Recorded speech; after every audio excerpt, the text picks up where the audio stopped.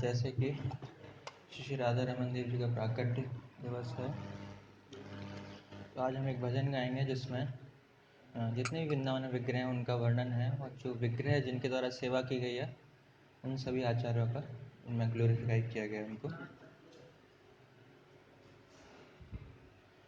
जय राधा माधव राधा माधव राधे,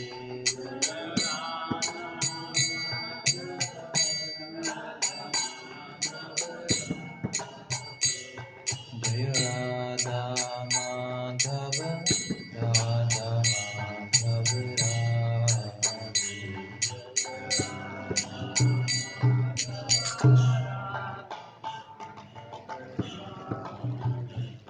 जय देवेर प्राणधन हे,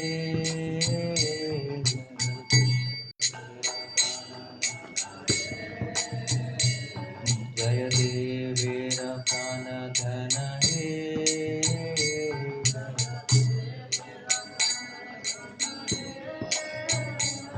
जय राधा मदन गोपाल राधा मदन गोपाल राधे,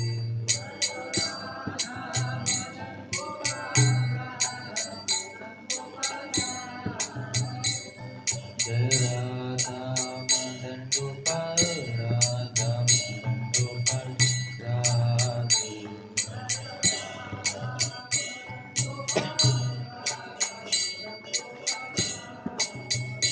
सीतानाथेर प्राणधन हे,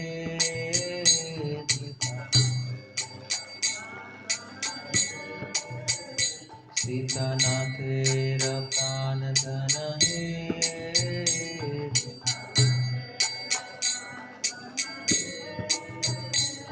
जय राधा गोविंद राधा गोविंद राधे,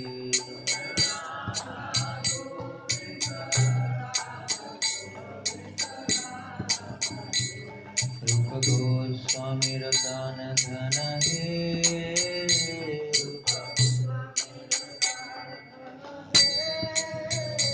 रूप गोस्वामी प्राणधन हे,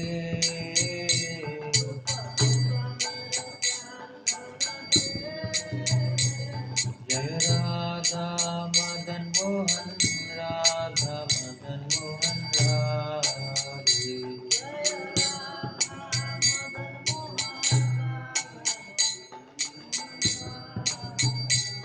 जय राधा मदन मोहन राधा मदन मोहन राधे,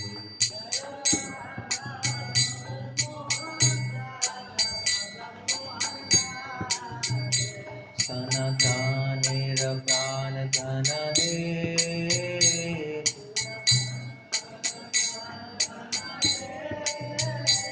जय राधा गोपीनाथ राधा गोपीनाथ राधे,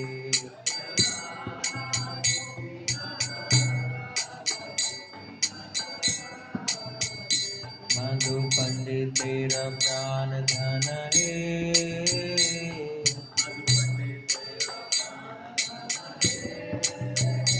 मधु पंडितेर प्राणधन हे,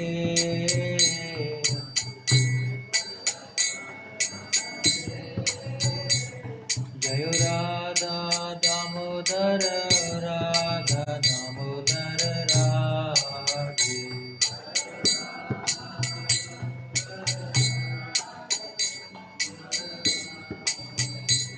जय राधा दामोदर राधा दामोदर राधे,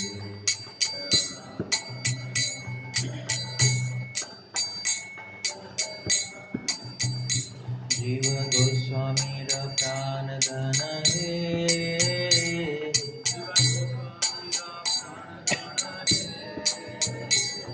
जय राधा रमन राधा रमन राधे,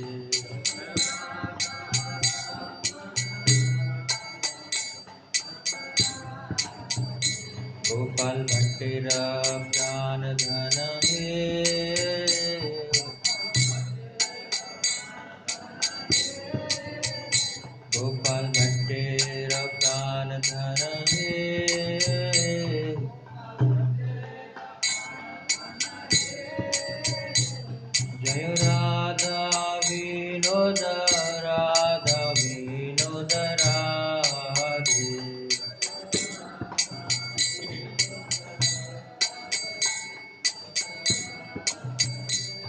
जय राधा विनोद राधा विनोद राधे।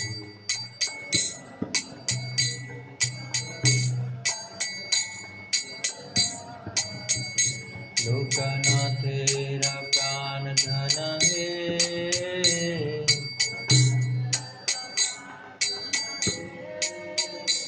जय राधा गोकुलानंद राधा गोकुलानंद राधे।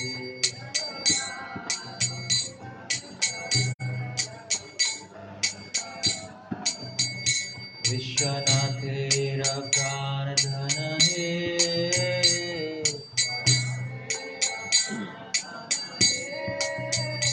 विश्वनाथेरा प्राण धन हे,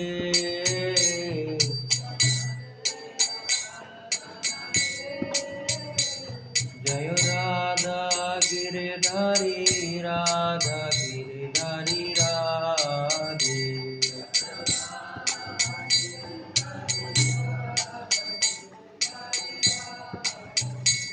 जय राधा गिरधारी राधा गिरधारी राधे।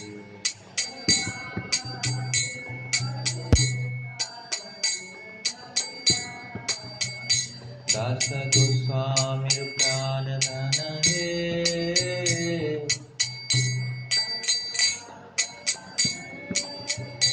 दास गोस्वामी प्राण धन हे,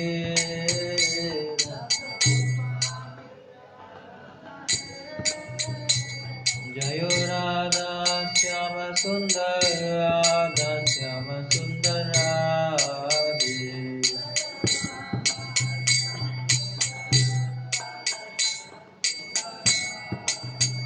श्यामानंदेर प्राण धन हे,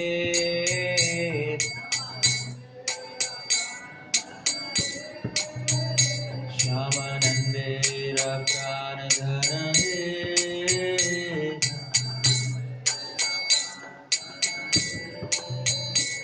जय राधा बांका बिहारी राधा बांका बिहारी राधे।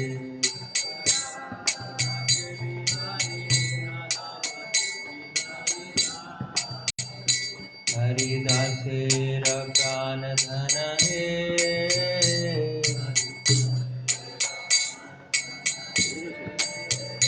हरिदासेर प्राण धन हे,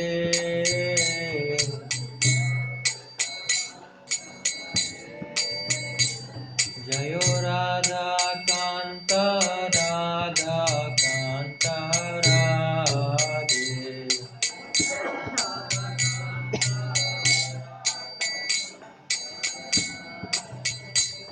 जय राधा कांत राधा कांत राधे।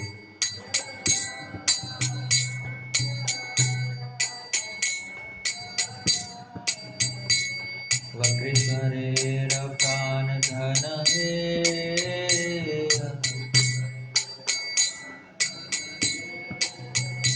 वक्रेश्वरेर प्राण धन हे,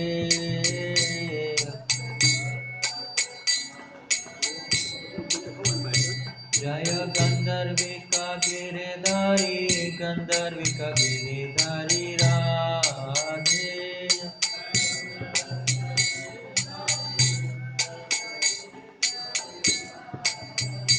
जय गंधर्विका गिरिधारी गंधर्विका गिरिधारी राधे।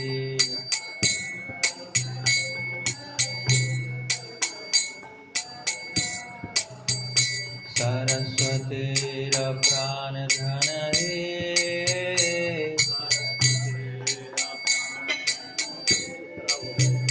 सरस्वतीर प्राण धन हे,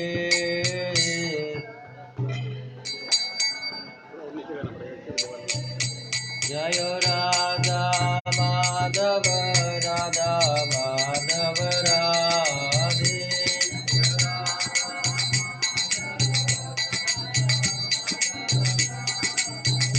जय राधा गोविंद राधा गोविंद राधे।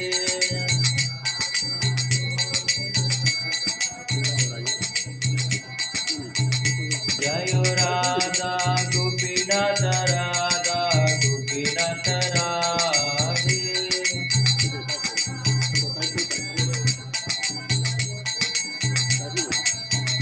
जय राधा मदन मोहन राधा मदन मोहन राधे।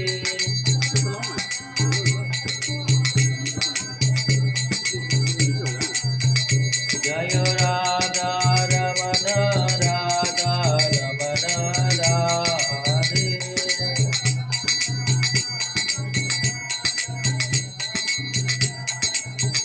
गोपाल भट्टेर प्राण धन हे।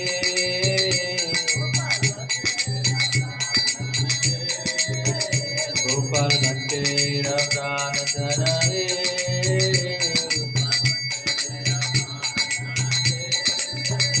ओ राधा रमन राधा रमन राधे।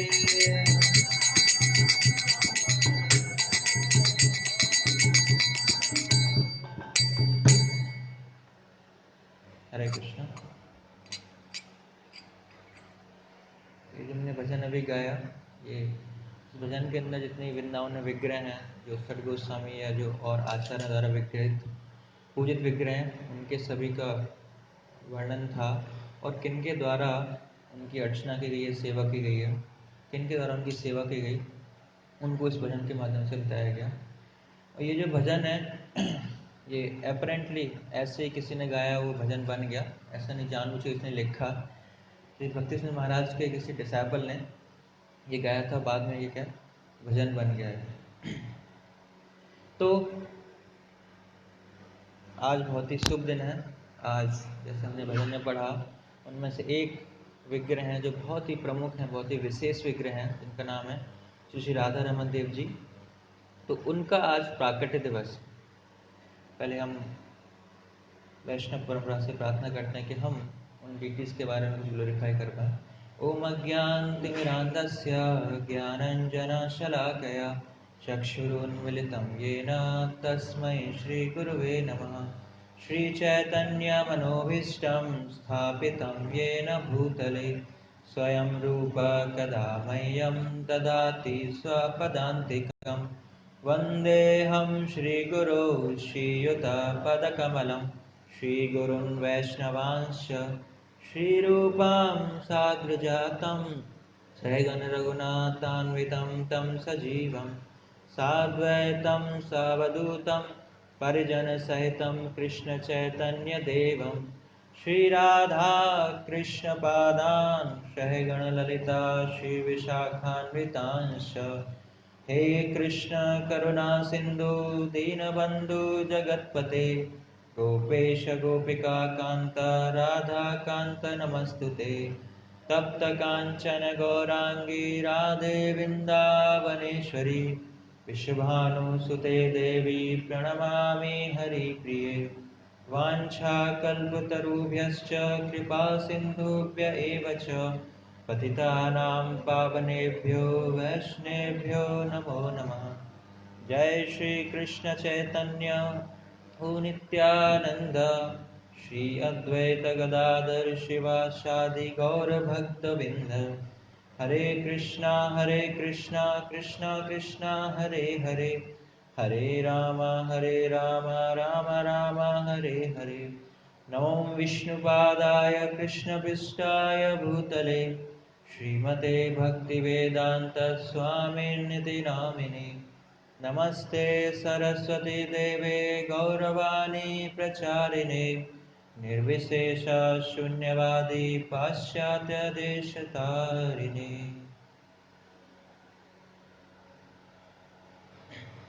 हरे कृष्णा। तो आप सबका फिर से स्वागत है आज की श्रीमद् भागवतम कक्षा में। तो आज कुछ और फेस्टिवल हैं, जैसे आज कृष्ण फूल डोल और सलिल विहार है। तो फूल डोल का मतलब होता है कि भगवान को जो फूलों का झूला बना के झुलाया जाता है उसको फूल डोल कहते हैं। और सलिल विहार मतलब सलिल मतलब पानी का पर्यायवाची शब्द है। तो इसी दिन क्या है, वृंदावन में बोट फेस्टिवल ही होता है, इस्कॉन में भी इसी दिन बोट फेस्टिवल होता है। तो भगवान को नाव में क्या है सलिल विहार क्या कराया जाता है। तो इस तरह इस उपलक्ष्य में ये जो हमारे उत्सव हैं मनाए जाते हैं। और आज ही क्या है जो बहुत ही विशेष विग्रह हैं वृंदावन में, श्री श्री राधा रमन देव जी आज ही के दिन क्या है प्रकट हुए थे, वैसाख की पूर्णिमा। तो जैसा कि कल था नरसिंह चतुर्दशी था, तो नरसिंह भगवान कब प्रकट हुए थे? ये अधिक मास में प्रकट हुए थे, क्योंकि जो हिरण्यकशिपु ने वरदान मांगा था ब्रह्मा जी से कि मेरी मृत्यु किसके द्वारा हो, वो जब कब प्रकट हो? अधिक मास में प्रकट हो। ऐसा व्यक्ति हो जो 12 महीने से किसी में प्रकट ही नहीं हुआ हो। तो भगवान ने क्या मांगा है कि 13वां महीना जो अधिक मास आता है, तो भगवान उसी समय प्रकट हुए, वैसाख की पूर्णिमा को। तो ये अधिक मास क्यों बनता है, थोड़ा सा 2 मिनट इसके बारे में बताएंगे। अधिक मास क्या होता है कि जैसे हमारे यहाँ 2 तरह की कैलकुलेशन गणनाएं होती हैं समय की, एक होता है सूर्य के आधार पर, एक चंद्रमा के आधार पर। तो दोनों में क्या है, लगभग 1 साल के अंदर 10 दिन का लगभग फर्क आता है, क्योंकि जो सूर्य सिद्धांत है, सूर्य के हिसाब से जब गणना करते हैं, वो एक संक्रांति से दूसरे संक्रांति तक जो सूर्य का ट्रेवलिंग का टाइम है, वो जो मिनिमम टाइम में रहता है 19 दिन 4 घंटे कुछ मिनट रहता है, और जो मैक्सिमम टाइम है सूर्य का वो रहता है 31 दिन 8 घंटे कुछ मिनट। लेकिन जो चंद्रमा का टाइम है जो मिनिमम है वो क्या है, 29 दिन 10 घंटे कुछ मिनट है, और उसका जो चंद्रमा का मैक्सिमम टाइम क्या है, 29 दिन 12 घंटे कुछ है। तो इसी वजह से 1 साल के अंदर दोनों की गणना में क्या लगभग 10 दिन का अंतर रहता है। तो दोनों की मैच कराने के लिए दिनों को क्या है, एक अधिक मास ऐड करना पड़ता है। और ये अधिक मास क्या होता है, कभी 2 साल 4 महीने बाद ऐड होता है, कभी 2 साल 9 महीने बाद, कभी 2 साल 10 महीने बाद, कभी 2 साल 11 महीने बाद। तो ये जो अधिक मास है ये वेरी करता है। पहले मैं सोचता था अधिक मास फिक्स है, बट ऐसा नहीं है, क्योंकि इस साल जो अधिक मास आ रहा है वो कौन से महीने में आ रहा है, वो आश्विन मास में आएगा, सितंबर में। लेकिन जब नरसिंह देव प्रकट हुए थे उस समय वैसाख में था वो। उस समय क्या है कि 2 महीने, जिस महीना ऐड होता है तो वो 2 महीने हो जाते हैं। तो इस बार क्या है, 2 आश्विन मंथ हैं। जैसे नरसिंह भगवान प्रकट हुए थे उस समय क्या था कि 2 वैसाख थे। तो जो मेन वैसाख माना जाता है, जैसे 2 वैसाख है, 30 दिन 60 दिन हो गए। तो जो मेन वैसाख माना जाता है 15 दिन शुरुआत के और लास्ट के 15 दिन मेन वैसाख है। और जो बीच का 30 दिन है वो क्या है, वो अधिक मास, जिसको हम पुरुषोत्तम मास कहते हैं, वो पुरुषोत्तम मास मनाया जाता है। तो उसके 30 दिन के बीच में क्या है, पूर्णिमा आती है। एक्चुअली जनरली क्या होता है, जो नॉर्मल महीना होता है उसमें पहले अमावस्या आती है फिर पूर्णिमा आती है, पता है ना सबको। और जो अधिक मास में क्या होता है, पहले पूर्णिमा आ जाती है बाद में अमावस्या आती है। तो अधिक मास के भी क्या है, बीच में क्या है, नरसिंहदेव प्रकट हुए चतुर्दशी वाले दिन, और उसके अगले दिन पूर्णिमा को क्या है, श्री श्री राधा रमन देव जी का प्राकट्य हुआ था। और ये जो विग्रह बहुत ही फेमस है, बहुत ही प्रसिद्ध हैं। हम आज देखेंगे क्यों फेमस है विग्रह, और बहुत ही सुंदर है। और प्रभुपाद कहते थे कि अगर डीटी वर्शिप का आपको स्टैंडर्ड लेना है तो कहाँ से लें, राधा रमन। उस टाइम भी क्या है, राधा रमन में जो सेवा, विग्रहों की सेवा का जो स्टैंडर्ड था बहुत ही उच्च क्वालिटी का था। तो राधा रमन जी का जो प्राकट्य के कारण बने श्री गोपाल भट्ट गोस्वामी, तो उनके बारे में जानेंगे कैसे उन्होंने जो श्री राधा रमन देव जी उनको प्रकट कराया। तो जो गोपाल भट्ट गोस्वामी थे, बचपन से ही क्या उनका बहुत ही भक्ति में रुचि थी और अर्च वगैरह के समय बहुत ही इंटरेस्ट था उनका बचपन से।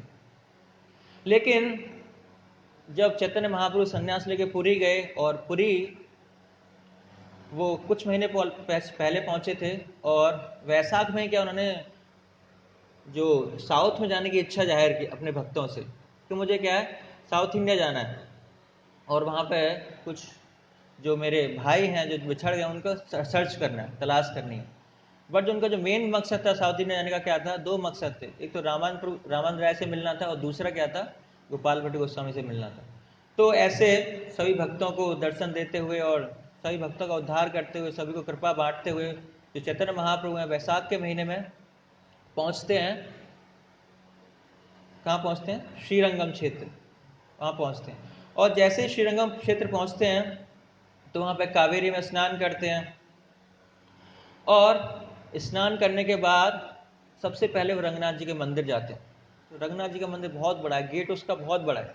तो अंदर जाते हैं, और जैसे रंगनाथ जी के दर्शन करते हैं पूरा भावेश में आ जाते हैं, मूर्छित हो जाते हैं, फिर उठते हैं और बिल्कुल उद्दंड कीर्तन करते हैं। जैसे चैतन्य महाप्रभु कहीं भी जाते तो क्या थे, कीर्तन करते। वैष्णव जाएगा क्या, कीर्तन करे, भगवान को ग्लोरीफाई करे। तो बहुत सारे लोग आए हुए थे, जो वैशाख पूर्णिमा जो होता है वैसे ही पवित्र है, अगर नहीं भी है तो वैसे ही एक पवित्र तिथि है पूर्णिमा जो होती है। तो वैसे ही पूर्णिमा के दिन क्या है, बहुत सारे लोग मंदिरों में दर्शन करने जाते हैं भगवान के। तो उस समय भी क्या था, बहुत सारे लोग दर्शन करने आए थे। अंदर क्या था, पुजारी आरती कर रहे थे, तो आरती कर रहे हैं, देख रहे हैं पब्लिक नहीं है बाहर भी पब्लिक ही नहीं है आरती देखने के लिए। आज तो बहुत शुभ दिन है, तो पब्लिक होना चाहिए, लोग आना चाहिए, ज़्यादा लोग आना चाहिए। तो उसको बाद में पता पड़ा कि पब्लिक है, लेकिन कहाँ पे, बाहर आंगन में बहुत सारी पब्लिक है ना। तो वो क्या है कि वो नाचते हुए भगवान को देख रहे हैं। अब ये क्या है, सोते हुए भगवान है, तो इनको कौन देखेगा। तो क्या है, सारे नाचते हुए भगवान को देख रहे हैं, क्योंकि वो जो ऐसा कीर्तन और डांस कर रहे थे, जो महाप्रभु, उनका शरीर भी इतना है अच्छा है, 7 फुट लंबा, इतने चौड़े लंबे चौड़े हाथ है कि जब वो डांस करते हैं तो वही वो दिखाई, और कोई दिखाई नहीं देता।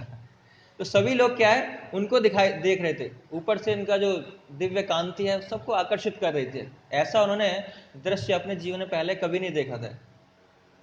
तो सब लोग उनसे आकर्षित हो रहे थे। तो पुजारी भी जल्दी जल्दी आरती कर रहा था कि मैं भी जाके देखूं जो चैतन्य महाप्रभु आए हैं। तो सब लोग उनसे आकर्षित हो रहे थे। तो वहां पे जो वेंकट भट्ट हैं, जो गोपाल गट्टू गोस्वामी के फादर हैं, तो वहां पे वो हेड पुजारी थे। तो उन्होंने भी देखा चैतन्य महाप्रभु को, तो उन्होंने जान गए ये कोई साधारण मनुष्य नहीं है। बाकी लोग भी देख रहे थे, तो देख रहे थे कि ये जरूर कोई देवी देवता है, नहीं तो इतना दिव्य कांति, इतना ऐश्वर्य और किसी के पास तो हो नहीं सकता। ये निश्चित रूप से क्या है, कोई ना कोई देवी देवता है। तो जब वेंकट भट्ट उनसे मिले और उन्होंने बोला कि आप क्या कृपा करके हमारे यहाँ पे क्या प्रसाद ग्रहण कीजिए। तो चैतन्य महाप्रभु ने उनका जो आवेदन था वो स्वीकार किया, क्योंकि जो चैतन्य महाप्रभु तो आए इसीलिए थे गोपाल भट्ट गोस्वामी से मिलने के लिए। तो जो चैतन्य महाप्रभु हैं वेंकट भट्ट के घर पे गए। तो वेंकट भट्ट 3 भाई थे वहां पे। उनके घर में इनका एक बेटा था 11 साल का, जिनका नाम गोपाल था। तो जब चैतन्य महाप्रभु वहां पे पहुंचे तो उनका बहुत जोर शोर से स्वागत किया गया। तो वैसे ही एक्चुअली वो वैष्णव परिवार से थे, उसके बावजूद भी क्या है, वो उच्च वैष्णव परिवार से थे और हेड पुजारी थे। तो वैसे ही बहुत सारे जो नियम रूल्स हैं वो अच्छी तरह से उनको पता था कि कैसे वैष्णव का स्वागत किया जाता है। तो बहुत ही अपुलेंटली उनका चैतन्य महाप्रभु का स्वागत किया गया। और जैसे ही जो गोपाल भट्ट गोस्वामी थे, उस समय उनका नाम गोपाल था, गोपाल ने जैसे ही चैतन्य महाप्रभु के दर्शन किए, और दर्शन करते ही क्या, उनकी आंखों से अश्रु की धारा बहने लगी और वो मूर्छित हो गए चैतन्य महाप्रभु को देख के। इतना प्रेम उनके अंदर क्या है भगवान को देख के, उमल उठाए। तो फिर चैतन्य महाप्रभु ने कृपावश उनपे क्या किया, अपने चरण लिए, उनके सिर पर रखे, तब वो सही अवस्था में आए। और इस तरह चैतन्य महाप्रभु ने तुरंत ही, मतलब शुरुआत में ही क्या है, गोपाल के अंदर क्या है, कृष्ण प्रेम का पूरा धारा प्रवाह कर दिया चरणों के माध्यम से। तो वैसे वो पहले से ही भक्त थे भगवान के, उसके बावजूद तो और बिल्कुल कोई लिमिट ही नहीं थी उनके। तो इस तरह उन्होंने प्रसाद पाया, सब लोगों ने खातिर दी। तो वेंकट भट्ट चैतन्य महाप्रभु से बोले कि अभी क्या है, वैसाखी खत्म होने वाला, अभी क्या है, जो चतुर्मास है वो स्टार्ट होने वाला अगले महीने से। तो आप क्या करो कि चतुर्मास में जो सन्यासी है वो ट्रेवल नहीं करते, तो क्या एक ही स्थान पर रहते हैं। तो आप क्या करो, एक स्थान पर कहीं ना कहीं तो आपको रहना ही है, तो आप क्या यहीं पर रहो, तो क्या हम सबको संग मिलेगा। और गोपाल आपके बहुत प्रिय है और गोपाल को भी जरूरत है, वो भी चाहते हैं कि आप यहीं पर रहें, तो आपके यहीं पर रहो। तो जो चैतन्य महाप्रभु हैं वो वैसे इससे पहले कहीं ऐसे रुकते नहीं थे, 4 महीने लिए कहीं रुके हुए हैं। लेकिन यहाँ पे क्या था, उन्हें पता था कि एक बहुत ही प्रचार की अपॉर्चुनिटी है, एक डिवोटी को क्या मुझे फुल टाइम ज्वाइन कराना है। तो चैतन्य महाप्रभु वहाँ पे रुक गए, क्या है, उसे 4 महीने ट्रेनिंग देने के लिए कि 4 महीने क्या मैं ट्रेनिंग दूंगा इसको। तो चैतन्य महाप्रभु इस वजह से रुक गए कि यहाँ पे प्रीचिंग करनी है, अदरवाइज चैतन्य महाप्रभु कहीं भी इतने दिन कहीं भी नहीं रुकते थे। तो चैतन्य महाप्रभु वहाँ पर रुकने का जो प्रपोजल था उन्होंने स्वीकार किया। और जो वेंकट भट्ट ने, उन्होंने अपने पुत्र जो गोपाल है उनको क्या है, महाप्रभु की सेवा में लगा दिया कि आप क्या है, महाप्रभु का बिल्कुल ध्यान रखो और उनकी कंटिन्यूसली क्या है, सेवा करो। तो जो गोपाल है उनको क्या है, कम से कम 4 महीने तक क्या है, साक्षात भगवान की सेवा करने का सौभाग्य मिला। साधुओं का संग मिलता है, लेकिन यहाँ पे तो साक्षात स्वयं भगवान परम कृष्ण है, तो उनका बहुत उन्होंने लाभ उठाया। और चैतन्य महाप्रभु की दिनचर्या रहती थी, सुबह उठते थे, स्नान करके क्या है, दोपहर में दर्शन करते थे रंगनाथ जी के, कीर्तन करते थे वहाँ पे, वापस आके भोजन ग्रहण करते थे और फिर कथा करते थे। तो पहले के ज़माने में जो साधुओं का जो जीवन दिनचर्या यही थी। जगन्नाथपुरी में भी चैतन्य महाप्रभु थे तो वहाँ भी ये शेड्यूल था एक्चुअली। दिन में क्या है, अपनी जो साधना है उसको करते थे, और 3-4 बजे के बाद पूरा शाम तक जब तक अंधेरा होता है तो उस टाइम तक सारी कथा चलती थी। तो यहाँ भी वो दिनचर्या महाप्रभु की यही थी। तो कथा की क्या है, चर्चा करते थे। और रोज आना जो वेंकट भट्ट हैं और उनके दोनों भाई हैं, फैमिली है, गोपाल है, उनको क्या है स्वयं भगवान के मुख से कथा श्रवण करने को मिलता था। तो सोचो स्वयं भगवान अगर कथा बोलेंगे तो कैसा लगेगा। तो ऐसे कथा करते करते उनको पता था कि वेंकट भट्ट क्या है, श्री संप्रदाय से हैं, और जो ये क्या है, जो नारायण भगवान है उन्हीं को सुप्रीम मानते हैं। और जो वेंकट भट्ट कहते थे कि नारायण क्या है, नारायण का जन्म नहीं हुआ है, बाकी सबका तो जन्म हुआ है, कृष्ण का जन्म हुआ, राम का जन्म हुआ, नरसिंह देवान का जन्म हुआ, तो बाकी सब भगवान नहीं है। जो सुप्रीम भगवान कौन है, नारायण है, क्योंकि उनका कोई प्रकट नहीं है, वो जन्म नहीं हुआ उनका। तो चैतन्य महाप्रभु ठीक है सुन रहे थे, लेकिन एक दिन कथा करते करते ऐसे ही उन्होंने वेंकट भट्ट से पूछा कि मैंने सुना है कि जो लक्ष्मी जी हैं आपकी, जो नारायण जी की भार्या हैं, वो सती हैं, लेकिन जब सती हैं तो फिर जो कृष्ण भगवान लीला करते हैं तो उसमें संग पाने का प्रयास क्यों करती हैं, वो तो सती हैं, तो उनको तो अपने पति के साथ संतुष्ट रहना चाहिए, वो दूसरे पति के लिए क्यों ऐसा इच्छा करती हैं। और वो क्या है, इच्छा ही नहीं करती, उसमें उनको जाने का मौका नहीं मिलता, उसका क्या तपस्या भी कर रही हैं। तो जो वेंकट भट्ट कहते हैं कि जो विष्णु है, जो कृष्ण है, विष्णु का एक्सपेंशन है, तो विष्णु कृष्ण में क्या है, कोई अंतर नहीं है। तो इससे अगर वो लास्ट लीला में जाने का मन बनाती हैं, जाती हैं, तो उससे उनके सतीत्व पर क्या है, कोई फर्क नहीं पड़ता, सतीत्व उनका कायम रहता है। तो चैतन्य महाप्रभु बोले कि ठीक है, ये तो ठीक है, लेकिन अगर एक ही बात है तो फिर उन्हें रासलीला में प्रवेश क्यों नहीं मिलता।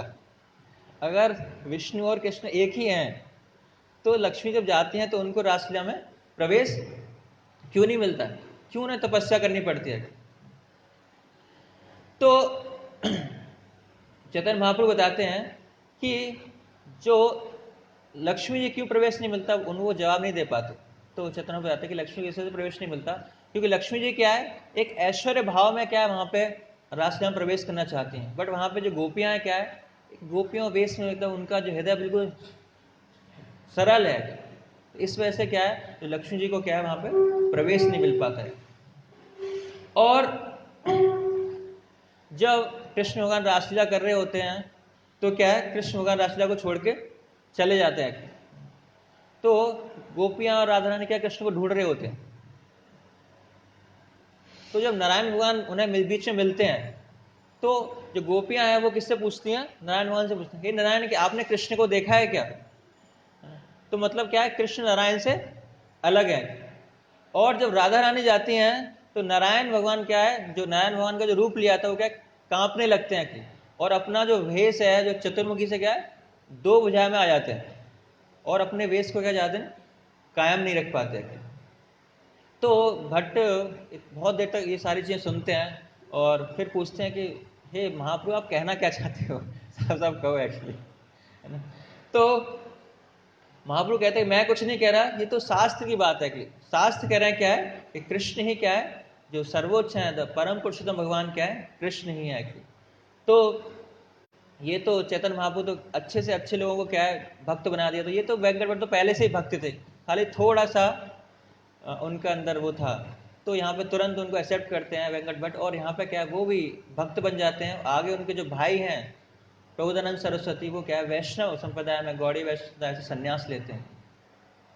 तो इस तरह चैतन्य महाप्रभु 4 महीने तक वहाँ पे वास करते हैं और अपने संग देते हैं गोपाल को और बाकी फैमिली को। तो चैतन्य महाप्रभु का 4 महीने पूरा चतुर्मास बीत जाता है, तो उसके बाद फिर चैतन्य कहते हैं मुझे जाना है, 4 महीने हो गए, आपकी इच्छा थी क्या है 4 महीने रुकने की। तो कैसे समय बीत गया और फैमिली को पता ही नहीं पड़ा है।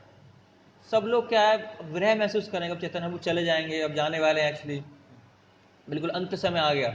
तो सब लोग रो रहे हैं, किसी की इच्छा नहीं है कि चैतन्य महाप्रभु यहाँ से जाए। और जो गोपाल हैं वो तो बिल्कुल रो रो के क्या है हालत खराब हो गई उनकी। वो तो चाहते ही नहीं, क्या इतना विरह उन्हें महसूस हो रहा है, सोच सोच के भी चैतन्य महाप्रभु गए नहीं है। तभी सोच सोच के क्या है, उनका इतना विरह महसूस हो रहा है कि कैसे रहूंगा मैं चैतन्य महाप्रभु के बिना के। और जैसे ही चैतन्य महाप्रभु जाने के लिए होते हैं तो गोपाल आ जाते हैं कि नहीं, मुझे भी साथ में जाना, आप, मैं यहाँ नहीं रहूंगा, मुझे भी क्या करना है, मुझे भी आपके साथ ही जाना है और मुझे भी अपने साथ, मैं आपके बिना नहीं रह सकता।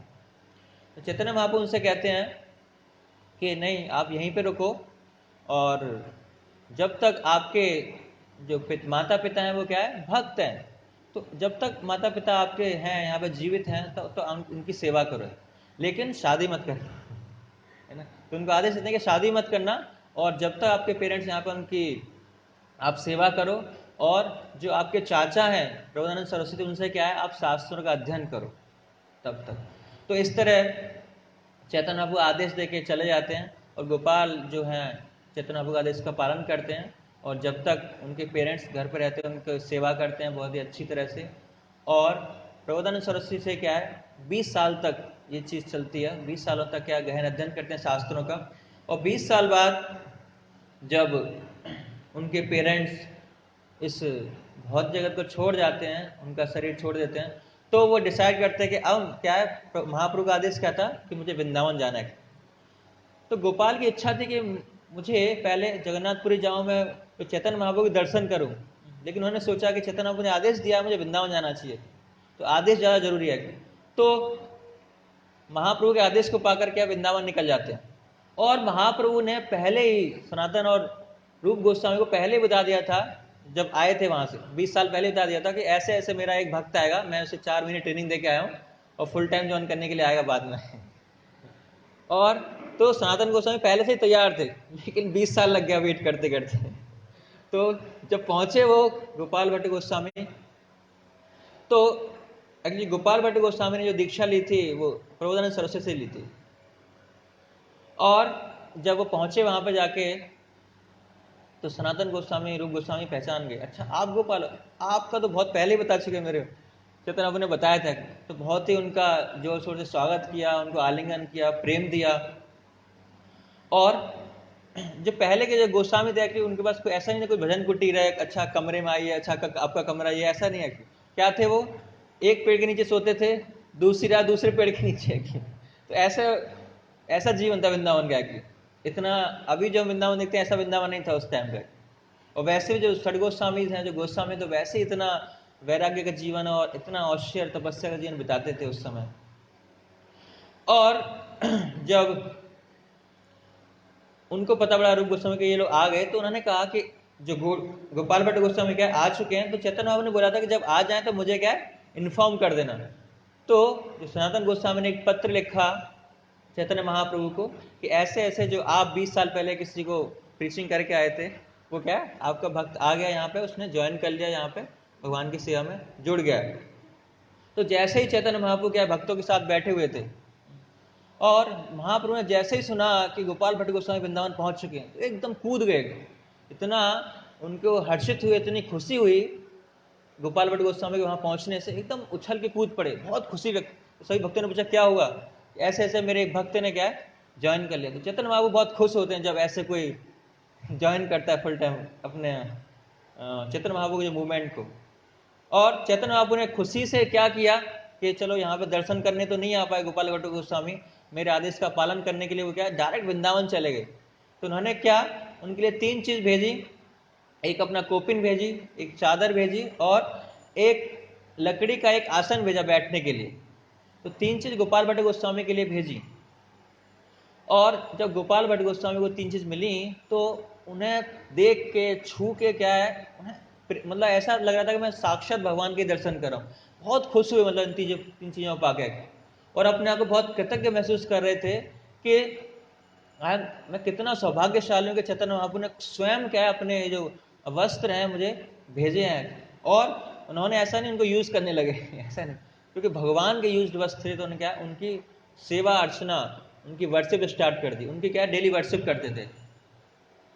तो जो रूप और सनातन गोस्वामी थे, तो जैसे षड गोस्वामी मैंने बताया कि अपने आप को बहुत ही हम्बल, एक ह्यूमिलिटी के माध्यम से देखते हैं, और कोई भी जो पद है उसको स्वीकार नहीं करना चाहते। तो रूप और सनातन गोस्वामी ने कभी भी किसी शिष्य को स्वीकार नहीं किया, और वो चाहते थे कि हम कभी क्या है आचार्य की भूमिका अदा नहीं करेंगे। तो जब चैतन्य महाप्रभु ने आसन भेजा लकड़ी का, तो रूप और सनातन गोस्वामी ने सोचा कि ये इंगित करता है कि महाप्रभु चाहते हैं कि जो गोपाल भट्ट गोस्वामी क्या है, ये जो अगले क्या है आचार्य बने और ये आगे दीक्षा लोगों को दें।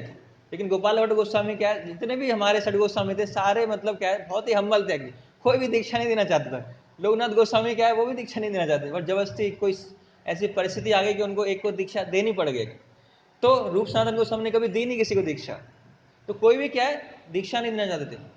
लेकिन गोपाल भट्ट गोस्वामी को उन्होंने कहा कि ये चैतन्य महाप्रभु की इच्छा है और आप क्या है इस पद को स्वीकार कीजिए, आगे चल के क्या है इसको आप दीक्षा दीजिए।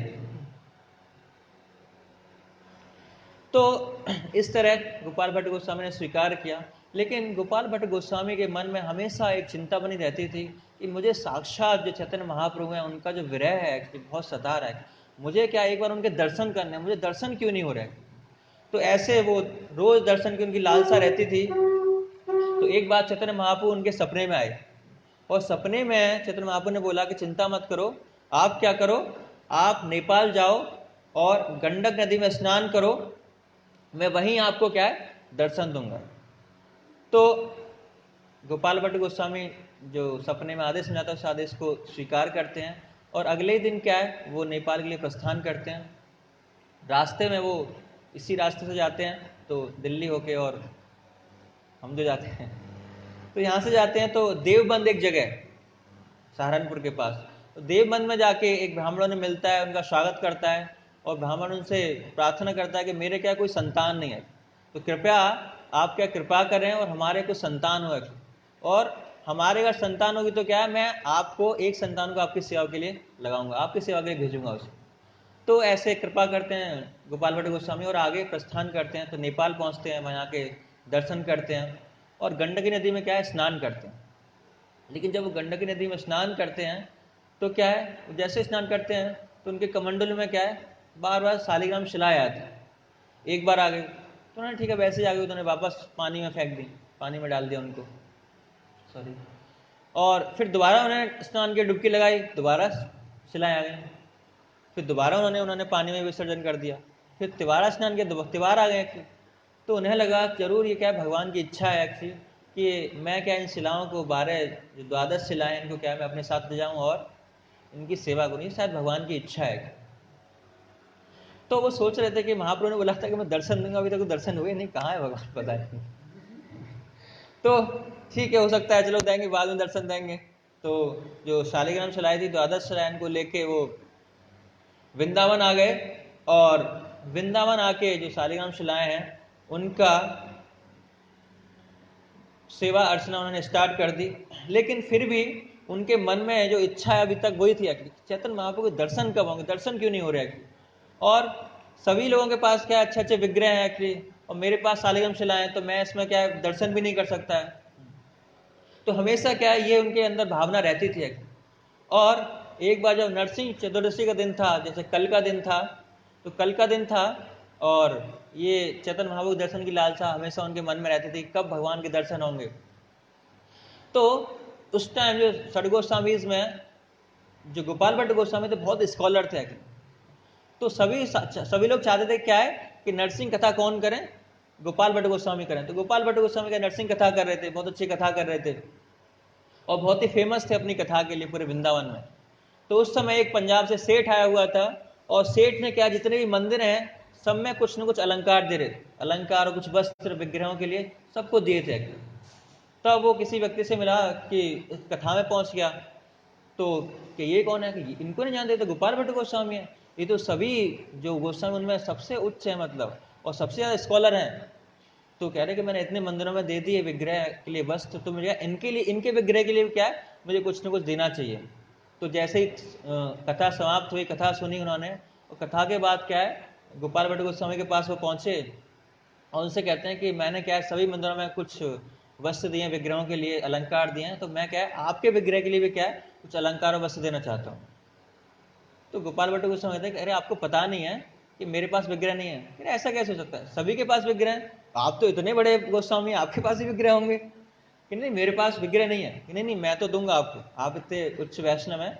तो वो देख के ऐसे चले जाते हैं। तो गोपाल भट्ट गोस्वामी उनको स्वीकार कर लेते हैं, लेकिन जब उन्हें स्वीकार करके वापस आते हैं तो सोचने लगते हैं कि मैं कितना नीच हूँ कि मेरे पास ही क्या विग्रह नहीं है। बाकी सारे गोस्वामी हैं, सारे भक्तों के पास अपने अपने विग्रह हैं, और वो इतनी सुंदर सुंदर अर्चना करते हैं, सुंदर सुंदर वस्त्र पहनाते हैं, उनको अलंकृत करते हैं, इतना उनको सजाते हैं। मैं कितना नीच हूँ कि मेरे पास क्या है, विग्रह नहीं है। तो नरसिंह लीला को याद कर रहे थे, तो सोच रहे थे कि इवन प्रहलाद महाराज के लिए क्या है, एक भगवान खम्बे से प्रकट हो जाते हैं, और मैं कितना नीच हूँ, एक शालिग्राम शिला से प्रकट नहीं हो सकते। तो ऐसे सोच सोच के क्या है, अपने आप को बहुत ही दीनहीन मान रहे थे कि मैं कितना दीनहीन हूँ, क्या है कि मेरे पास कोई विग्रह नहीं है, मेरे लिए क्या है भगवान प्रकट नहीं हो रहे। तो इस तरह सोचते सोचते क्या है, वो सो गए और सुबह उठे और यमुना में स्नान करके वापस आए। उन्होंने देखा कि चलो शालिग्राम की सेवा करते हैं। तो जैसे ही उन्होंने क्या ढके हुए थे, जैसे ही उन्होंने देखा कि क्या है, मतलब उन्होंने थोड़ा आंख ऊपर दी, उन्होंने देखा कुछ सांप वगैरह क्या है वो नहीं आएगी, तो पहले डर गए। लेकिन जैसे उन्होंने आंख नीचे करके देखी तो उन्होंने देखा कौन प्रकट हो गए, राधा रमन देव जी की। तो देखा कि साक्षात राधा रमन देव जी क्या प्रकट हो गए। तो जब उन्होंने देखा कि क्या है, जो विग्रह है, उनकी जो इच्छा थी इतने वर्षों से, क्या विग्रह की, वो स्वयं भगवान ने उनकी इच्छा क्या है पूरी कर दिया। और उनको देखते देखते क्या है मूर्छित हो गए। उनका जो प्रेम है बढ़ गया, और क्या उनको देख के मूर्छित हो गए। और फिर उठे मूर्छित अवस्था से, उन्होंने देखा इतने सुंदर विग्रह, और जो इतनी खुशी का जो माहौल था, उन्होंने ये जो सूचना है सभी भक्तों को बताई, जो भी सनातन गोस्वामी को बताई, रूप गोस्वामी को बताई। तो सभी भक्त क्या है इतने आश्चर्य हो गए, और इस जो राधा रमन देव जी के जो विग्रह हैं उनको दर्शन के लिए भीड़ आ गई बहुत सारी, और सभी लोग इकट्ठा हुए और उनके दर्शन करने के लिए आ गए। तो सनातन गोस्वामी ने विग्रह को देखा और गोपाल भट्ट गोस्वामी को बोला कि आपकी जो इच्छा थी ना चैतन्य महाप्रभु दर्शन करने की, ये साक्षात स्वयं क्या है, चैतन्य महाप्रभु है। श्री कृष्ण चैतन्य, राधा कृष्ण नहीं अन्य। ठीक है, ट्विन वन है। ये कृष्ण आपको दिखाई देंगे, इसमें क्या है स्वयं चैतन्य महाप्रभु भी हैं। तो गोपाल भट्ट गोस्वामी ने बाद में क्या है चैतन्य महाप्रभु के भी क्या है इन विग्रह में दर्शन किए, और अपने आप को बहुत ही कृतार्थ महसूस करने लगे कि जो मेरी इच्छा थी चैतन्य महाप्रभु के दर्शन करने की, वो क्या है आज पूरी हो गई। और बाद में सनातन गोस्वामी और भक्तों ने मिलकर इन विग्रह को नाम दिया श्री राधा रमन देव। तो आज ही के दिन उनका नाम संस्कार हुआ था, नामकरण हुआ था, उनका नाम पड़ा राधा रमन देव। और जो राधा रमन जी जो विग्रह हैं, तो जो तीन मेन विग्रह हैं कौन कौन से, गोविंद, गोपीनाथ और मदन मोहन। तो जो गोविंद देव जी के जो विग्रह हैं, उनका जो मुख है वो क्या है, जो साक्षात कृष्ण हैं उनसे मिलता था। ये उत्तरा माता ने क्या है वेरीफाई किया था जब वज्रनाभ ने जब विग्रह की निर्माण किया था। तो जो गोविंद विग्रह उनका क्या है, जो मुख है पूरा साक्षात कृष्ण से मिलता था। और जो गोपीनाथ हैं उनका क्या है, जो वक्ष स्थल है, जो यहाँ से और नेवल तक का जो बॉडी पार्ट है वो क्या है हाथ, ये किससे मिलता है, गोपीनाथ विग्रह से। साक्षात कृष्ण का क्या है गोपीनाथ विग्रह में। और मदन मोहन में क्या है, जो चरण है वो साक्षात कृष्ण से मैच करते हैं। तो सनातन गोस्वामी ने कहा कि ये राधा रमन जो डिटीज हैं, ये क्या है, इनका जो ऊपर का हिस्सा मुख क्या किन से मिलता है, गोविंद देव से मिलता है। और जो वक्ष स्थल है वो किससे मिलता है, गोपीनाथ से मिलता है। और जो चरण है वो किन से मिलता है, मदन मोहन। तो ये पूरा जो उनके बॉडी है वो साक्षात क्या है, साक्षात कृष्ण है। तो सभी लोग बहुत प्रसन्न हुए। और जैसे कि जो गोविंद देव जी हैं, तो उनके यहाँ गोविंद देव मंदिर में जो राधा रानी आई थी, तो राधा रानी कहाँ से आई थी, वो जानव माता ने भेजी थी। किसके द्वारा भेजी थी, जिनका तिरुवाह दिवस है, परमेश्वरी दास ठाकुर। तो बहुत ही अंतरंग सर्वेंट थे जानव माता के परमेश्वरी दास ठाकुर, और उन्हीं के द्वारा क्या है राधा रानी गोविंद देव जी मंदिर में आई थी। उनका भी तिरुवाह तिथि है, तो वो भी माध्यम बने थे राधा रानी को यहाँ पे लाने का। तो इस तरह जो राधा रमन देव है क्या है, पूरा साक्षात कृष्ण है। तो अगर आप राधा रमन के दर्शन करें तो वो भी क्या है, बिल्कुल जैसे कृष्ण स्वयं दिखाई देते थे द्वापर युग में जो प्रकट हुए थे, तो राधा रमन को देख के भी क्या है, बिल्कुल साक्षात वही स्वयं कृष्ण है। और इस तरह उनका नामकरण संस्कार हुआ तो गोपाल भट्ट गोस्वामी ने क्या है, उनकी बहुत ही लगन से उनकी पूजा अर्चना स्टार्ट की और बहुत सालों तक उनकी पूजा स्टार्ट करने लगे। लेकिन कुछ समय बाद क्या है, वो वृद्ध होने लगे और इतनी अच्छी तरह से पूजा नहीं कर पाते थे। तो एक दिन वो यमुना स्नान करके वापस लौट रहे थे, और यमुना स्नान करके जब वापस लौट रहे थे तो उन्होंने देखा एक व्यक्ति उनसे मिलने के लिए वेट कर रहा है। उसका नाम था गोपीनाथ। तो गोपीनाथ तो मिले, कह रहे आप कौन? तो उन्होंने बोला कि आप जब बहुत साल पहले कब गए थे, आप रास्ते में देव बन गए थे, तो मेरे पिताजी ने आपसे वादा किया था कि मेरी संतान होगी, मैं क्या है आपकी सेवा में दूंगा। तो मैं उनकी संतान हूँ और मेरे पिताजी ने मुझे आपकी सेवा के लिए भेजा है। तो गोपीनाथ थे, तो गोपीनाथ को उन्होंने ट्रेन किया कि कैसे अर्च वगैरह की सेवा करनी है, और आगे जाके क्या गोपीनाथ सेवा करने लगे। तो गोपाल भट्ट गोस्वामी ने बोला कि आप तो ब्रह्मचारी हो, तो आगे ये सेवा कौन कंटिन्यू करेगा? फिर तो क्या है आप शादी कर लो। तो जो गोपीनाथ ने मना कर दिया कि मैं शादी नहीं कर सकता, लेकिन मेरा एक भाई है जिनका नाम है दामोदर, वो क्या है वो गृहस्थ लाइफ में, वो शादीशुदा है, तो उनकी भी इच्छा है विग्रह की सेवा करने की, तो मैं उनको बुला लेता हूँ, आप उनको ट्रेन कर सकते हैं। तो जो दामोदर थे उनके दूसरे भाई फिर वो आ गए, और जो गोपाल भट्ट गोस्वामी ने उनको भी ट्रेन किया, आगे जो अर्चना है वो अर्चन विधि है वो सिखाई। और दामोदर जी के बाद में 3 बेटे हुए जिनका नाम था हरिनाथ, मथुरानाथ और हरिराम, हरिनाम। तो ये जो 3 बेटे हुए, आगे जाके जो अभी तक जो परंपरा चलती आ रही है गोसाइयों की, वो वहीं से परंपरा, वो सेम परंपरा अभी तक चलती आ रही है। और अभी भी जो सेवाएं होती है वो क्या है, इन्हीं 3 वंशजों में क्या है बटी हुई है, कि इस दिन इनकी सेवा है, इस दिन इनकी सेवा है, या ये पाठ सेवा का ये करेंगे। तो बहुत ही इस तरह सारी सेवा क्या है भगवान की बटी हुई है। तो आज का हमारे लिए बहुत शुभ दिन है कि आज ही के दिन क्या है, श्री श्री राधा रमन देव जी का प्राकट्य हुआ था 1542 में। और आज के दिन वृंदावन मंदिर में, राधा रमन मंदिर में क्या है, बहुत अच्छी तरह से अभिषेक होता है भगवान जी का। कई सैकड़ों लीटर क्या दूध से अभिषेक होता है। जैसे हम करते हैं यहाँ पे बहुत सारे आइटम्स होते हैं, तो वहाँ पे मेनली क्या है दूध होता है, क्योंकि वो कहते हैं कि छोटे से बाल बाल रूप में भगवान है, इसी वजह से उनका क्या है ज़्यादा दूध के रूप में अभिषेक होता है। और एक और खासियत क्या है इन विग्रह के बारे में, कि जब मुस्लिमों का आक्रमण हो रहा था तो खाली 2 विग्रह ऐसे थे जो वृंदावन में रहे थे। कौन कौन से? एक तो वृंदा देवी का और एक राधा रमन देव जी का। क्योंकि ये छोटे थे तो छिपाने में इतनी दिक्कत नहीं हुई थी। बाकी सारे विग्रह क्या है जयपुर चले गए, और एक जो हरिदेव के विग्रह है वो कानपुर चले गए। तो बाकी सारे विग्रह क्या है वृंदावन से चले गए, लेकिन ये जो 2 विग्रह हैं क्या है ये वृंदावन में ही रहे, ये कभी वृंदावन छोड़ के नहीं गए। इसी वजह से राधा रमन क्या है बहुत और विशेष विग्रह हैं। और जब राधा रमन मंदिर में हम जाते हैं तो राधा रमन देव है, लेकिन वहाँ पे राधा रानी नहीं है, लेकिन फिर भी वहाँ पे राधा रानी की वर्शिप होती है। तो उनके लेफ्ट में क्या है एक सिंहासन है जो राधा रानी को रिप्रेजेंट करता है, तो उसी में क्या है राधा रानी के रूप में सिंहासन की पूजा होती है। और जो राधा रमन के डिटीज हैं उनको कभी कार्व नहीं किया गया था, वो क्या है सेल्फ मैनिफेस्टेड है, अपने आप प्रकट हुए थे। और फिर भी वो इतनी महीनता से उनमें एक एक जो अंग है क्या है उनके देख सकते हैं। इवन जो उनके उंगलियों के नाखून हैं वो भी इसमें दिखाई देते हैं, जो उनके दांत हैं उस विग्रह में वो भी दिखाई देते हैं। तो इतने महीन महीन चीजें भी क्या है उन विग्रह की दिखाई देते हैं। और उन विग्रह के जो बैक साइड में क्या है अभी भी वो निशान है, मार्क है शालिग्राम शिला का, कि वो शालिग्राम शिला से प्रकट हुए, ये दर्शाता है। और अगर आप वृंदावन जाएं स्नान यात्रा के समय पे, तो स्नान यात्रा जो राधा रमन की बहुत ही फेमस है, तो बहुत सैकड़ों लोग आते हैं स्नान यात्रा देखने के लिए। तो बहुत ठंडे जल से क्या, क्योंकि स्नान यात्रा क्या है जैसे अभी कुछ दिनों बाद होगी, 1-2 महीने बाद, उस समय बहुत गर्मी पड़ती है, भीषण गर्मी। और तो जो विग्रह है उनको क्या है पानी से स्नान कराया जाता है, बहुत पानी से।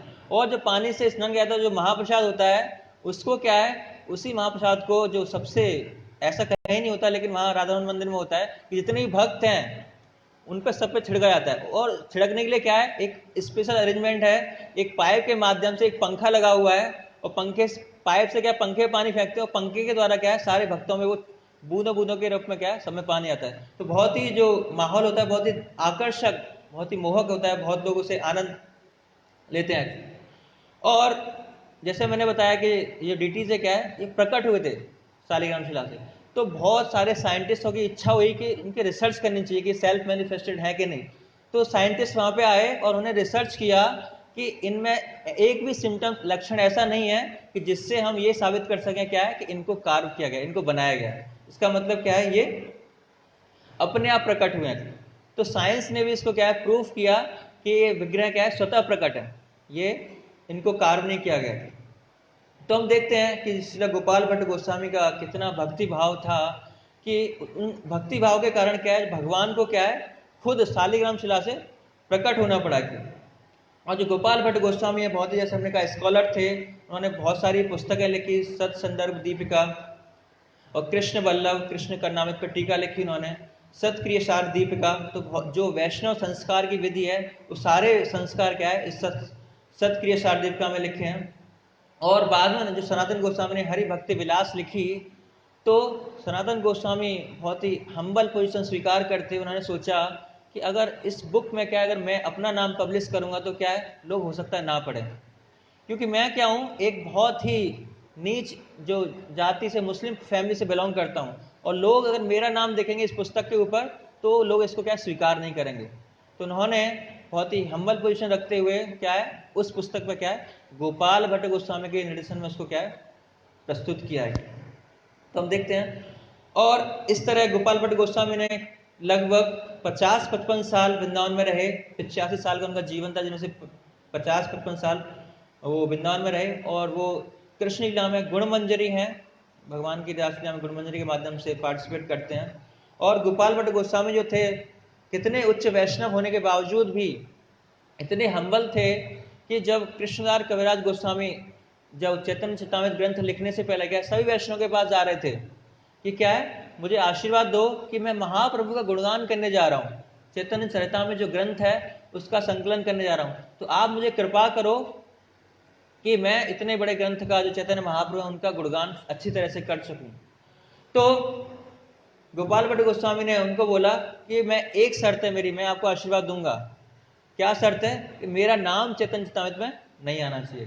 तो हम देखते हैं कि चैतन्य चरितामृत में खाली 2 बार गोपाल भट्ट गोस्वामी का नाम आता है, वो भी जब प्रणाम करते हैं खाली। उसके अलावा पूरी चैतन्य चरितामृत में कहीं भी गोपाल भट्ट गोस्वामी का नाम नहीं। वो 2 प्यार कौन से हैं, एक है आदि लीला का 10वें अध्याय का 105वां श्लोक, जिसमें प्रणाम कर रहे हैं, श्री गोपाल भट्ट एक साक सर्वोत्तम रूप सनातन संगे यान प्रेम अलापन। और दूसरी जगह मध्य लीला में 18वें अध्याय के 49वें श्लोक में जो नाम आता है, संगे गोपाल भट्ट दास रघुनाथ, रघुनाथ भट्ट गोसाई आर लोकनाथ। तो इन 2 जगह ही खाली क्या है, खाली जब प्रणाम में खाली सबके साथ गोपाल भट्ट गोस्वामी का नाम आता है। तो कितना उच्च कोटि के वैष्णव होते हुए भी, इतने हाईली स्कॉलर होते हुए भी इतना हम्बल थे। सारे गोस्वामी के हम एग्जाम्पल देखते हैं कि इतना हम्बल पोजीशन रखते थे। और गोपाल भट्ट गोस्वामी ने आगे जाके जो श्रीनिवास आचार्य हैं उनको दीक्षा दी। आज उनका भी सौभाग्यवश उनका भी आविर्भाव तिथि है। तो उनका आविर्भाव तिथि अपने जो गुरु हैं, उनके दीक्षा गुरु हैं, उसी दिन क्या है उनका भी आविर्भाव तिथि है। तो ये वही श्रीनिवास आचार्य हैं जिन्होंने षडगोस्वामी, जो बहुत ही फेमस है वैष्णव संप्रदाय में, जो षडगोस्वामी अष्टकम लिखा, जिनको हम गाते रहते हैं। और जो श्रीनिवास आचार्य थे और उनके साथ 2 लोग और थे, नरोत्तम दास ठाकुर और श्यामानंद प्रभु। हमने पिछली क्लास में श्यामानंद प्रभु के बारे में चर्चा की थी। तो ये 3 क्या थे, आगे जाके जो मूवमेंट को क्या है उन्होंने आगे बढ़ाया और बहुत प्रचार किया। पहला संकीर्तन पार्टी क्या है, इन्हीं तीनों लोगों ने मिलकर बनाया है। और हम देखते हैं कि तीनों के दीक्षा गुरु क्या थे, अलग अलग थे, लेकिन फिर भी एक ही शिक्षा गुरु एक ही बनाए, शिक्षा ली, और आगे जाके प्रचार भी क्या है एक साथ किया है। तो हम भी सीख सकते हैं कि कैसे कि अलग अलग दीक्षा गुरु के होने के बावजूद भी क्या है, कैसे हम आपस में अच्छी तरह से संबंध रखें और जो प्रचार मूवमेंट है हम उनकी तरह आगे बढ़ा सकते हैं। तो हम देख सकते हैं सभी जितने भी वैष्णव हैं, हमने पढ़ा चर्चा किया कि सबका जो विग्रह थे, सभी अपने विग्रह से कितने आसक्त थे। कितना जो चैतन्य महाप्रभु का आदेश था कि विग्रह स्थापना करो, मंदिर का स्थापना करो, शास्त्र लिखो, तो सभी जो गोस्वामी थे उनका क्या आदेश का पालन कर रहे थे। और जैसे कि आज माधवेंद्रपुरी का भी क्या है आविर्भाव तिथि है, तो इन पर तो ज़्यादा नहीं बोल पाएंगे, मैंने कुछ प्रिपेयर किया था, टाइम हो गया है, थोड़ा सा 2-3 मिनट बोलेंगे। तो माधवेंद्रपुरी का भी क्या है फेमस है एक्चुअली, किसके लिए, विग्रह सेवा के लिए। कि कैसे किस किस परिस्थिति में भी क्या उन्होंने विग्रह की सेवा की, और हर परिस्थिति में क्या है अपनी जिम्मेदारियों को हमेशा आगे रखा, क्या है विग्रह की सेवा के लिए। तो माधवेंद्रपुरी क्या थे, जैसे चैतन्य महाप्रभु बताते हैं कि जब अपनी शाखा का वर्णन करते हैं तो कहते हैं कि जो शाखा है, जो भक्तों की शाखा है, उसमें जो मेन तना कौन है, वो माधवेंद्रपुरी है। क्योंकि जो मेन भक्ति की जो भक्ति थोड़ा सा शुरुआत हुई थी, कब हुई थी, माधवेंद्रपुरी से हुई थी। उससे पहले ही बहुत सारे भक्त थे, लेकिन जो भक्त थे वो भगवान की ऐश्वर्य रूप में, ऐश्वर्य भाव में भक्ति करते थे। लेकिन माधवेंद्रपुरी ने बताया, सबसे पहले माधवेंद्रपुरी ने क्या राधा कृष्ण की सबसे पहले वर्षिप स्टार्ट की। जैसे चैतन्य महाप्रभु बताते हैं कि जो कृष्ण है क्या है, कृष्ण की क्या बार बार ऐश्वर्य भाव में पूजा करने से इतने प्रसन्न नहीं होते जितने कि भक्त उनको जब गाली देते हैं तब ज्यादा प्रसन्न होते हैं। तो जो राधा कृष्ण की जो भक्ति क्या है, शुरुआत कहां से हुई, महाप्रभु सॉरी जो माधवेंद्र प्रभु हैं, जो मेन ट्रंक हैं क्या है, उन्होंने ही सबसे पहले शुरुआत की, और उसके बाद फिर चैतन्य महाप्रभु ने लार्ज स्केल पर क्या है उसको बिल्कुल खुलेआम उसको फैलाया। इसी वजह से हम देखते हैं कि जितने भी राधा कृष्ण के मंदिर हैं वो 500 साल पुराने हैं। 500 साल से पुराना कोई भी राधा कृष्ण का मंदिर नहीं है। हो सकता है नारायण के मंदिर हैं, गोपाल जी के मंदिर हैं, खाली अकेले कृष्ण के मंदिर हैं, लेकिन राधा कृष्ण का कोई मंदिर नहीं है। क्योंकि चैतन्य महाप्रभु ने क्या है राधा कृष्ण की जो वर्शिप है उसको स्टार्ट किया था। तो हम भी आज श्री राधा रमन के प्राकट्य है और माधवेंद्रपुरी जी का भी प्राकट्य है, तो आज हम भी उनसे ये शिक्षा ले सकते हैं कि हमें भी क्या है जो अर्च विग्रह की सेवा है, या जो अर्च विग्रह से जो हमारा इतना आकर्षण नहीं हो पाता, कि हम भी उस आकर्षण को बढ़ाएं और अर्च विग्रह को अर्च विग्रह की तरह देखें, खाली ऐसे ना देखें कि जैसे प्रभुपाद एग्जाम्पल देते हैं कि जो कुछ ब्राह्मण है वहां पे बंगाल में, तो वो क्या करते हैं कि जो शालिग्राम शिला होती है उसको रखते हैं पूजा के लिए, और बाहर से कुछ लोग क्या है उस पर बादाम चढ़ाते हैं लोग। तो जैसे ही बादाम लाके लोग चढ़ जाते हैं तो ब्राह्मण क्या करते हैं उसी बादाम को फोड़ने के लिए क्या है उसी शालिग्राम शिला का उपयोग करते हैं। तो वो शालिग्राम शिला को खाली एक पत्थर मानना है। तो हमें भी क्या है, खाली भगवान एक पत्थर नहीं है, लकड़ी नहीं है, कि खाली ये साक्षात क्या है भगवान है। और चैतन्य महाप्रभु स्वयं अपने आचरण से हमको दिखा रहे हैं कि जहां भी मंदिर में जाते हैं, जगन्नाथपुरी हो चाहे रंगनाथ हो, किसी मंदिर में जा रहे हैं, चाहे खींच गोपीनाथ है, वो क्या है वो प्रतिमा नहीं देखते उसको, खाली क्या है वो साक्षात ब्रजेंद्र नंदन देखते हैं, साक्षात कृष्ण को देखते हैं उसमें, है ना। तो हमें भी खाली भगवान को खाली फूड प्योरीफाइंग मशीन नहीं देखना कि खाली भोग लगाएंगे और वापस क्या आएगा कि जो प्रसाद रूप में आएगा ये क्या है सारे पापों से रहित होकर आएगा, तो खाली मशीन नहीं है, तो ये साक्षात भगवान है, इनके अंदर ये फीलिंग्स हैं, है ना। तो जैसे ही हम भगवान से डीलिंग कर रहे हैं, कुछ भी कहें, तो हमें साक्षात क्या है उन्हें भगवान ही समझना है। तो आज के प्रसंग से, तो आज के जो आविर्भाव तिथि है माधवेंद्रपुरी का, और जो श्री राधा रमन देव जी का प्राकट है, आज के प्रसंग से हम यही सीख सकते हैं कि हम भी अपना जो आकर्षण है, जो डीटीज हैं, उनसे बढ़ाएं, और हम भी कुछ जब भी हमें सेवा का अवसर मिले हमें भी क्या है सेवा करनी चाहिए। बस लास्ट प्यार से मैं कंक्लूड करूंगा। चैतन्य महाप्रभु जब अद्वैत आचार्य के घर में जाते हैं संन्यास लेने के बाद, तो अद्वैत आचार्य घर में देखते हैं जो बहुत सारे भक्त इकट्ठा हुए हैं, और उन लोगों ने क्या है कृष्ण भगवान के लिए बहुत सारे आइटम्स बनाए हैं। और जब चैतन्य महाप्रभु उनको देखते हैं तो बहुत प्रसन्न होते हैं कि आप सब लोगों ने क्या है इतने सारे भगवान की सेवा के लिए, इतने सारे भगवान को भोग लगाने के लिए, भगवान की प्रसन्नता के लिए क्या इतने सारे आइटम बनाए थे। और चैतन्य महाप्रभु कहते हैं आयछे अन्न ये कृष्ण के करया भोजन, जन्मे जन्मे सिरे धारो तहार चरण। तो चैतन्य महाप्रभु कहते हैं कि मैं बहुत प्रसन्न हूं, अगर कोई भी भगवान के लिए इतना अच्छा भोजन बनाता है, इतने सारे आइटम्स बनाता है, तो मैं क्या करता हूं उनके जो चरण हैं वो क्या है जन्मों जन्मों तक अपने शीश पे धारण करूंगा। तो महाप्रभु कितने प्रसन्न होते हैं कि अगर हम भगवान के लिए सेवा के लिए क्या है कुछ ऐसे भोग लगाते हैं या कुछ भगवान की वर्शिप करते हैं। जैसे कल रसालपुर ने बहुत सारे आइटम्स बनाए थे भगवान की सेवा के लिए, है ना। तो हमें भी क्या है ऐसे ही भगवान के लिए सोचना चाहिए। जैसे हम कहीं बाहर जा भी रहे हैं तो क्या है बाहर जाने तो हमें देखना चाहिए कि मैं भगवान के लिए क्या लेके जा सकता हूँ। अपने लिए तो हम बहुत सारी चीजें लेके आते हैं, लेकिन भगवान के लिए क्या लेके जा सकता है। जैसे उपेंद्र प्रभु है, तो हमेशा जब भी किसी तीर्थ स्थान में जाते हैं तो क्या, तो वहां से उस तीर्थ स्थान का क्या जल लेके आते हैं और उस जल को भगवान के अभिषेक में यूज करते हैं। तो ऐसे बहुत सारे भक्त हैं जिनका भगवान के विग्रहों से इतना आकर्षण है। तो हमें भी उनसे सीखना है कि हम भी कैसे भगवान के विग्रहों से आकर्षण कर सकते हैं। और लाइव एग्जाम्पल है माधवेंद्रपुरी जो आचार्य हैं हमारे। तो आज के प्रसंग से हम यही सीख सकते हैं तो आप सब लोगों का बहुत बहुत धन्यवाद, आपने इतनी देर सहा मेरे को। हरे कृष्णा। जगत गुरु श्रील प्रभुपाद की, श्री श्री राधा रमन देव प्राकट्य महामहोत्सव की, श्री माधवेंद्रपुरी प्राकट्य महातिथि महामहोत्सव की, श्री श्रीनिवास आचार्य प्राकट्य महामहोत्सव की, श्री परमेश्वरी दास ठाकुर तिरुभाव महामहोत्सव की, अनंत कोटि वैष्णव वृंद की।